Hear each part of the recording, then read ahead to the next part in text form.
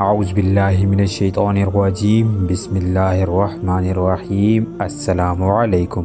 اس video میں ہم آپ کو اپنے مشاہدات اور حدیث کی روشنی میں دم کرنے کی اہمیت بتائیں گے۔ اس کے علاوہ آپ کو یہ بھی بتایا جائے گا کہ کالا جادو اور ہر قسم کے بد اثرات فرد پر روحانی علاج کے باوجود بار بار کیوں حملہ آور ہوتے ہیں، دنیا کا سب سے بہترین روحانی علاج کیا ہے، یہ بات بھی آپ کو اس ویڈیو میں حاصل ہوگی، لہٰذا آج کی یہ ویڈیو آپ آخر تک دیکھیں۔ روحانی علاج میں سب سے مشکل کام کالا جادو کی تصدیق کرنا ہے، اور 100 میں سے 90% روحانی ماہر کالا جادو کی غلط تصدیق کرتے ہیں۔ عام افراد کسی بھی پریشانی اور بیماری کی وجہ کو کالا جادو مان لیتے ہیں۔ اس کے علاوہ عام افراد کا کالا جادو پر یقین اس وقت مزید پختہ ہو جاتا ہے جب کوئی عامل ان پر کالا جادو ہونے کی تصدیق کر دیتا ہے،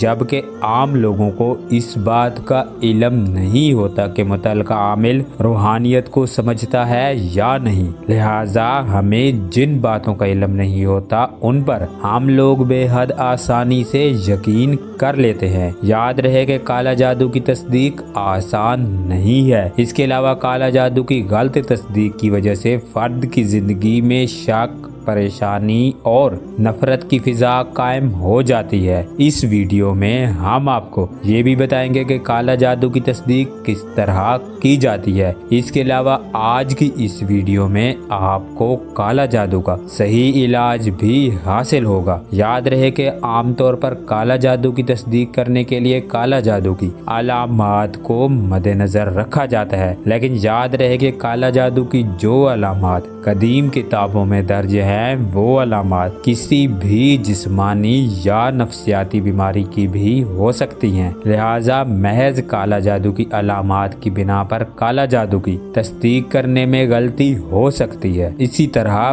بعض افراد بچوں پر حاضرات کا عمل کر کے بچوں کو جادو کی جگہ جنات اور خاندان کی عورتوں کے چہرے دکھا کر کالا جادو ہونے کی تصدیق کرتے ہیں، جبکہ حاضرات میں بچوں کو جو مناظر دکھائی دیتے ہیں وہ محض فریب ہیں۔ یہ حضرات نفسیات کا طریقہ علاج ہے جسے ہپنوسس کہا جاتا ہے، جس کے ذریعے نفسیاتی امراض کو دور کیا جاتا ہے۔ ہپنوسس میں بچوں کو دکھائی دینے والے مناظر میں حقیقت نہیں ہوتی، لہٰذا بعض لوگ ہپنوسس کے ذریعے دوسرے لوگوں کو وہم دے کر ان کی زندگی سے سکون ختم کر دیتے ہیں، اور بعض اوقات ایسے لوگ معصوم لوگوں کو بلیک میل کرنا بھی شروع کر دیتے ہیں، جبکہ یہ حقیقت نہیں ہے۔ اسی طرح لوگوں نے کالا جادو کی تصدیق کے لیے بہت سے خود ساختہ طریقے بنا رکھے ہیں، اور ان میں سے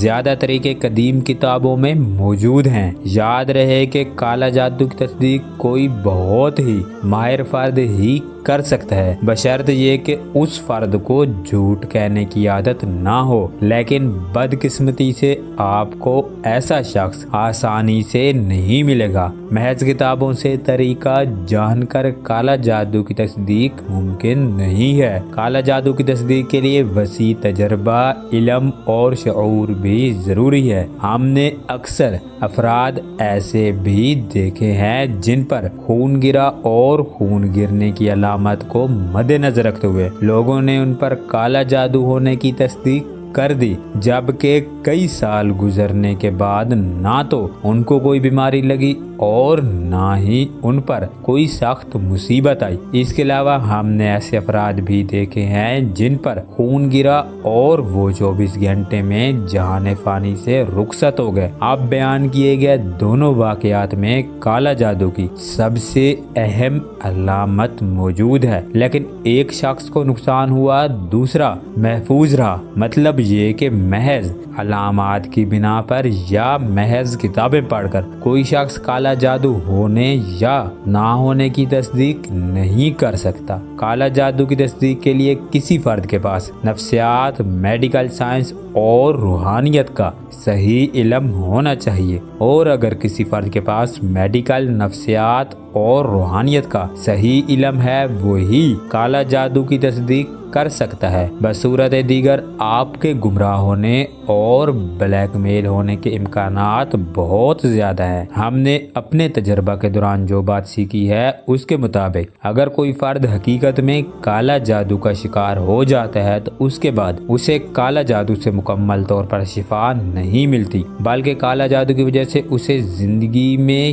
کسی نہ کسی انداز سے نقصان ملتا رہتا ہے۔ کالا جادو کے اثرات اپنی شکل بدل کر فرد کی زندگی میں بار بار داخل ہوتے رہتے ہیں، اور اپنے تجربہ کے دوران ہم نے یہ بھی سیکھا ہے کہ کالا جادو شوگر کے مرض کی طرح ہے، اور جس طرح ہم شوگر کی دوا لے کر شوگر کو کنٹرول کرتے ہیں، اسی طرح ہم اپنے درست عمل اور دعا کے ذریعے کالا جادو کے نقصانات سے بچ سکتے ہیں۔ حدیث مبارکہ میں کالا جادو سے حفاظت کی بے شمار دعائیں موجود ہیں۔ یاد رہے کہ جب ہم دعائیں پڑھتے ہیں تو اس کا اللہ کی ذات کو کوئی فائدہ نہیں، بلکہ ان کی وجہ سے ہم ہر قسم کے شر سے محفوظ رہتے ہیں۔ لہٰذا ہر قسم کے شر سے محفوظ رہنے کی وجہ سے فرد کو جادو نقصان نہیں دے پاتا۔ اب آتے ہیں دم اور احادیث کی طرف۔ اصل میں کالا جادو شر کا ایک حصہ ہے، اور شر ہمیں نیند، بیداری، کھانا کھانے کے دوران اور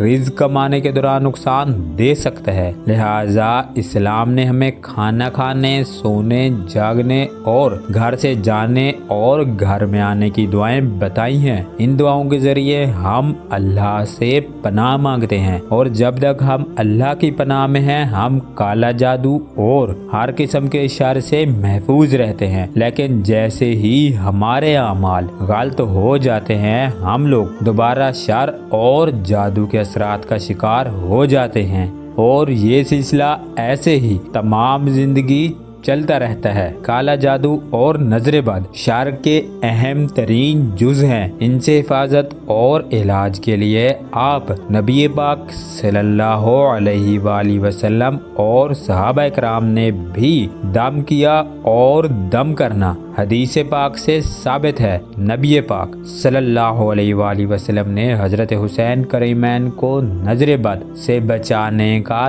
دم کیا۔ آپ صلی اللہ علیہ وآلہ وسلم سورہ فلق اور سورہ ناس پڑھ کر خود کو دم کیا کرتے تھے، اور اسی طرح صحابی رسول صلی اللہ علیہ وآلہ وسلم بھی بچھو یا سانپ کاٹنے کا دم بھی کیا کرتے تھے۔ ایک حدیث مبارکہ کے مطابق آپ صلی اللہ علیہ وآلہ وسلم نے مسلمانوں کو دم کرنے کی اجازت اس شرط کے ساتھ عطا فرمائی کہ دم کے الفاظ میں شرکیہ الفاظ نہ ہوں۔ لہٰذا صحابہ کرام نے دم کے لیے سورہ فاتحہ، سورہ فلق اور سورہ ناس کو بہترین پایا، اور ان سورہ مبارکہ میں شفا اور روحانی حفاظت کے واضح مشاہدات بھی کیے گئے ہیں۔ یاد رہے کہ صحابہ کرام کو نبی پاک صلی اللہ علیہ وآلہ وسلم کی زیارت ہوئی تھی، لہٰذا صحابہ کرام کے پاس ہر قسم کا روحانی فیض موجود تھا۔ لیکن وقت گزرنے کے ساتھ ساتھ بزرگوں نے یہ ضروری قرار دیا کہ پہلے کسی سورہ مبارکہ